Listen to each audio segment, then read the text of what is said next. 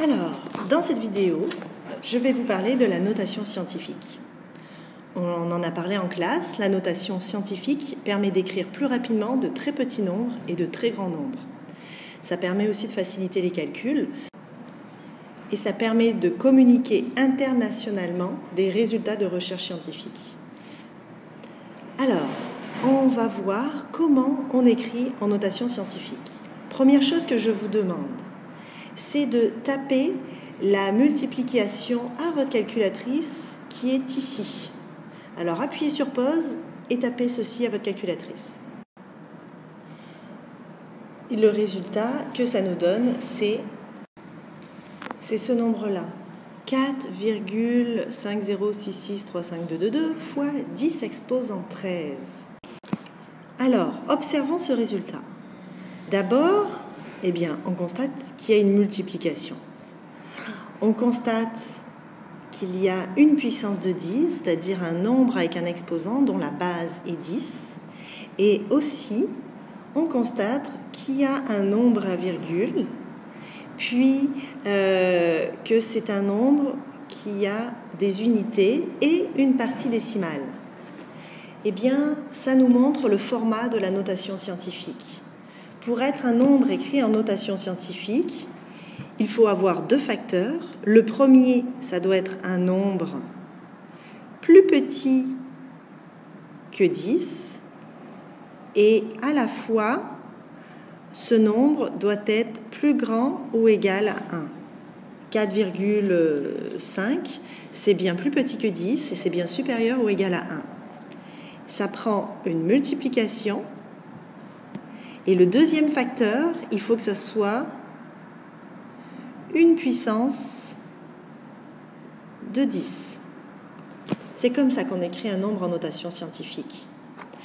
Puis hier, vous avez regardé la vidéo sur les ordres de grandeur. 10 exposant 13, c'est quoi comme ordre de grandeur ?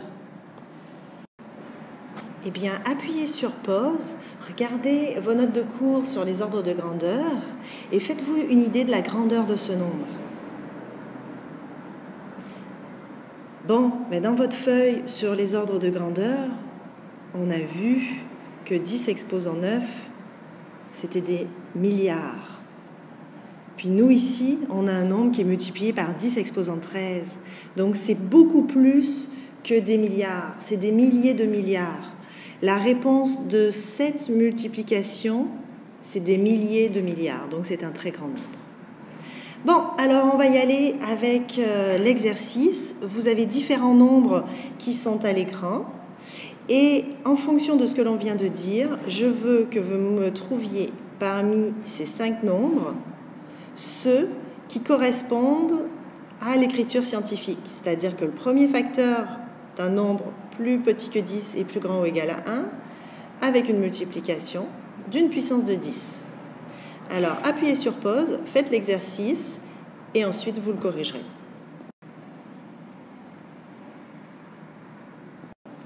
Alors, on y va pour la correction.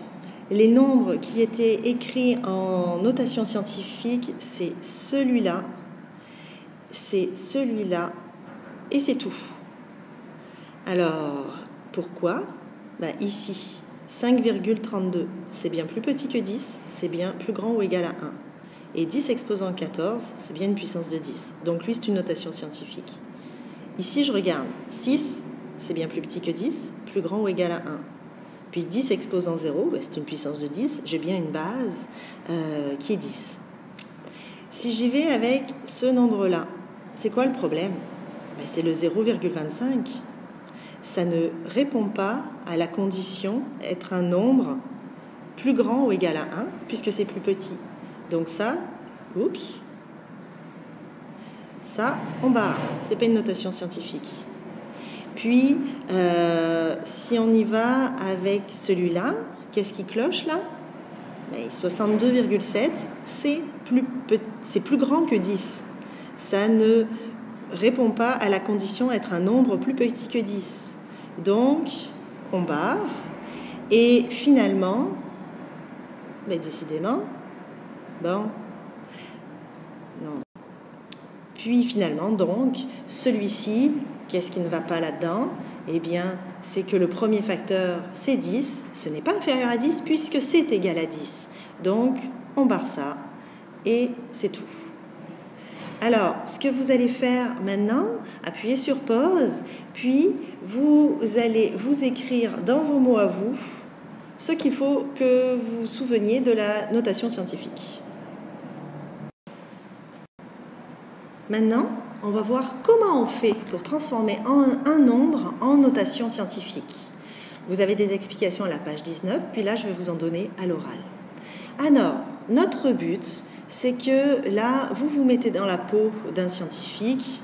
Admettons que ça soit la taille d'un microbe, d'accord? Puis, c'est ce nombre-là. Puis, vous voulez l'exprimer en notation scientifique pour communiquer vos résultats à vos collègues allemands. Donc, vous savez que il faut le transformer en une multiplication avec une puissance de 10, avec un facteur plus petit que 10 et plus grand ou égal à 1. Alors, on va suivre les étapes. Première étape, on part à la gauche du nombre. Donc, je me mets à gauche du nombre. J'identifie le premier chiffre non nul du nombre. Donc, non nul qui soit différent de 0. Je cherche, c'est lequel? Oh, c'est le 7. Bon. Alors, ce chiffre constituera la partie entière du premier facteur. Donc, je m'écris que 7 sera le chiffre des unités de mon premier facteur. Je sais que 0,0000074502, quand je vais le transformer en notation scientifique, je vais écrire 7, je ne sais pas quoi encore, fois 10 exposant je ne sais pas encore.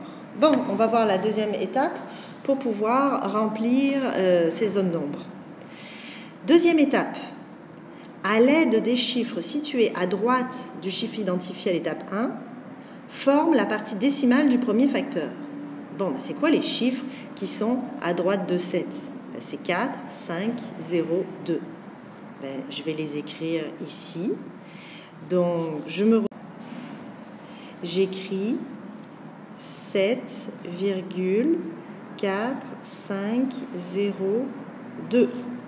Et ceci, ça sera donc le premier facteur de mon écriture scientifique.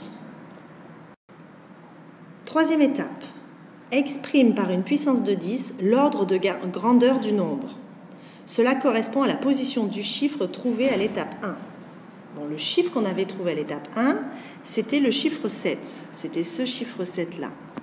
C'est quoi son ordre de grandeur? Là, il faut regarder vos notes de cours d'hier. Et ce que l'on a vu, c'est que...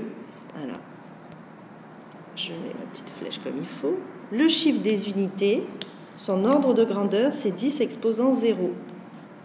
Le chiffre des dixièmes, c'est 10 exposant moins 1. Des centièmes, c'est 10 exposant moins 2.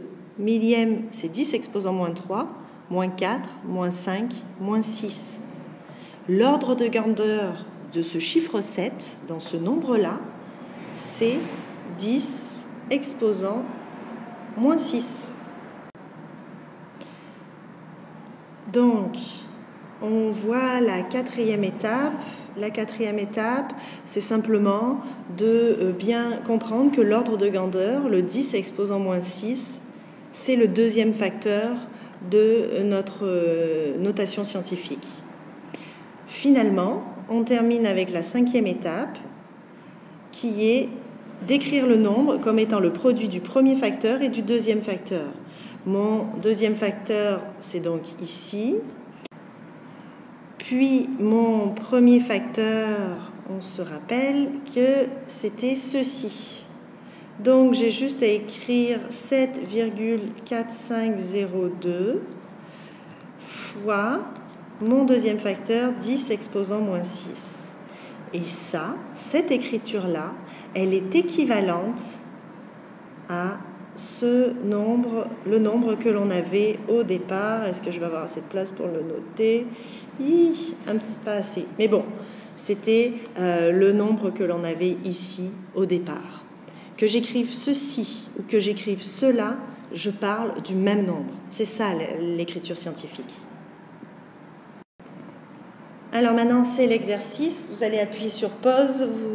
Votre mission, c'est d'écrire en notation scientifique les nombres qui sont affichés à l'écran ici et ici. Alors, aidez-vous de ce que vous avez noté des étapes qu'on vient de suivre. Appuyez sur pause, puis après, vous vérifierez les résultats. Alors, voici les réponses qu'il fallait trouver. Si vous avez fait juste, vous passez directement à l'exercice 5, page 21, jusqu'à la lettre P. Les filles qui ont fait des erreurs, alors on va commencer par ce nombre-là. Si ici, là, vous avez écrit 10 exposant 8 à la place de 10 exposant 11, c'est parce que vous avez compté les zéros. Puis compter les zéros, ça ne fonctionne pas toujours. Ça fonctionne des fois, mais pas pour tous les nombres. Donc, quand quelque chose ne marche pas tout le temps, on ne fait plus ça. D'accord ? Pour trouver ce 10 exposant 11, je me suis ramenée aux ordres de grandeur. Et ici, donc ici c'est 10 exposant 0, puisque c'est le chiffre des unités. 10 exposant 1, 10 exposant 2, 10 exposant 3, 10 exposant 4, 10 exposant 5, 6, 7, 8, 9, 10 et 11.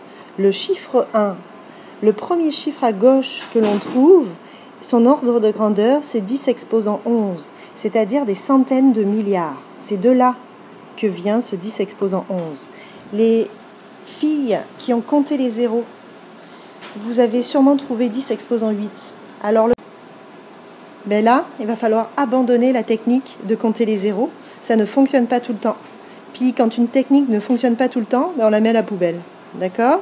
Donc on se fie uniquement aux ordres de grandeur du chiffre que l'on met dans les unités de notre premier facteur. Donc maintenant, exercice 5, page 21, jusqu'à la lettre P. Bon travail.